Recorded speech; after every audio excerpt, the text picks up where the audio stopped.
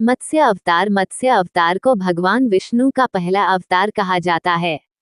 इसमें भगवान मछली के अवतार में प्रकट हुए थे और उन्होंने दैत्य हयग्रीव का वध कर वेदों की रक्षा की थी।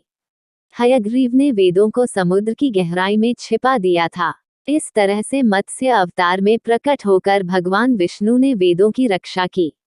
कच्छप अवतार कच्छप या कूर्म अवतार में भगवान विष्णु कछुआ के रूप में प्रकट हुए थे। इस अवतार में विष्णु जी ने समुद्र मंथन के दौरान मंदार पर्वत को अपनी पीठ कर धारण किया, जिससे देवताओं और असुरों के बीच अमृत के लिए समुद्र मंथन हो सका। वराह अवतार भगवान विष्णु का तीसरा अवतार वराह अवतार था।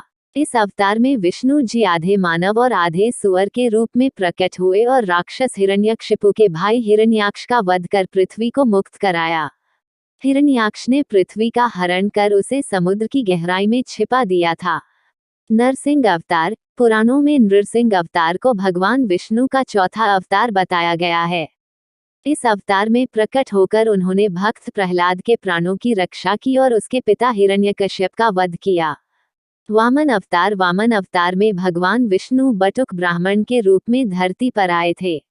इस अवतार में उन्होंने प्रहलाद के पौत्र राजा बलि से दान में 3 पद धरती मांगी और 3 कदम में अपने पैर से 3 लोक नापकर बलि का घमंड तोड़ दिया। परशुराम अवतार भगवान विष्णु शिव भक्त परशुराम के अवतार में भी प्रकट हुए। इस अवतार में उन्होंने राजा प्रसेनजित की पुत्री रेणुका और भृगुवंशीय जमदग्नि के पुत्र बनकर जन्म लिया।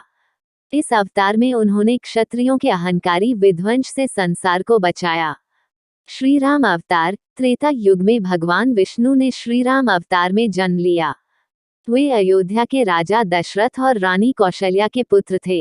इस अवतार में राम जी ने रावण के आतंक और पाप से संसार को मुक्त कराया। श्री कृष्ण द्वापर युग में कृष्ण अवतार में भगवान विष्णु का जन्म हुआ था। इस अवतार में उन्होंने अधर्म को समाप्त कर धर्म की पुनः स्थापना के लिए महाभारत के धर्मयुद्ध में अर्जुन के सारथी बने।